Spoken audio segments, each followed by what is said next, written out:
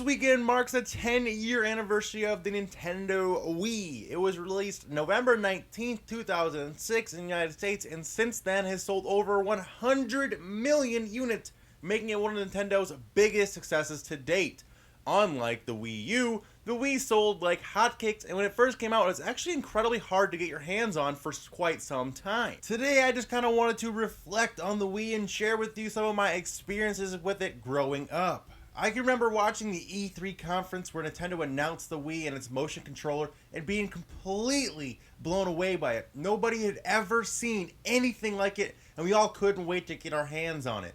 And when we finally did, it changed gaming forever. Games like Wii Sports, Twilight Princess, Super Monkey Ball were all great titles on the Wii at launch. The system saw over 1,600 games released on it over the years and has one of the most diverse game libraries of any system I've ever seen.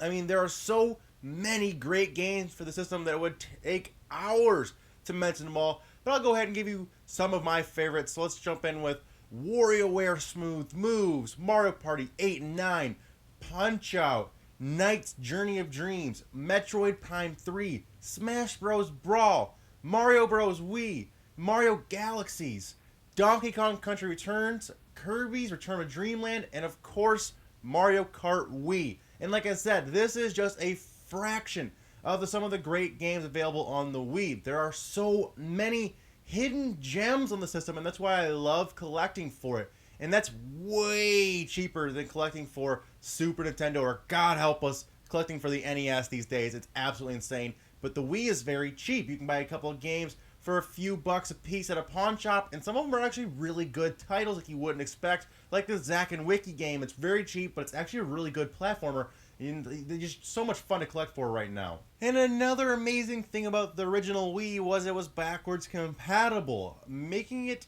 able to play GameCube games, which was really cool on a brand new system, and it blew my mind back in the day. And I always appreciated that Nintendo put that in the Wii when they really didn't have to do it at all. Doing so opens up the game library even more, so you can play GameCube games and Wii games on the original models. Since then, they've taken this compatibility out in the newer models of Wii, but you guys can still get the original model. It has the 4 GameCube controller slots in it. Very, very sought after console. You can mod the original ones as well. It's so easy to do a lot of things with the original Wii, and that's why I really enjoy having mine. Now, the Wii also had a huge amount of interesting and weird peripherals and accessories. Almost everything you can imagine got one. Seriously, there are so many of them. To name a few, there's fishing rods, shotguns, steering wheels, boxing gloves, lightsabers, and even a bowling ball. Not to mention the most popular accessory of all time, the Wii Fit balance board. Now, you can make an entire video about just the Wii Fit, but you can't talk about the Wii without talking about it. It is the game that not only shaved unwanted poundage for middle-aged women, but it's also the reason so many people had a Wii.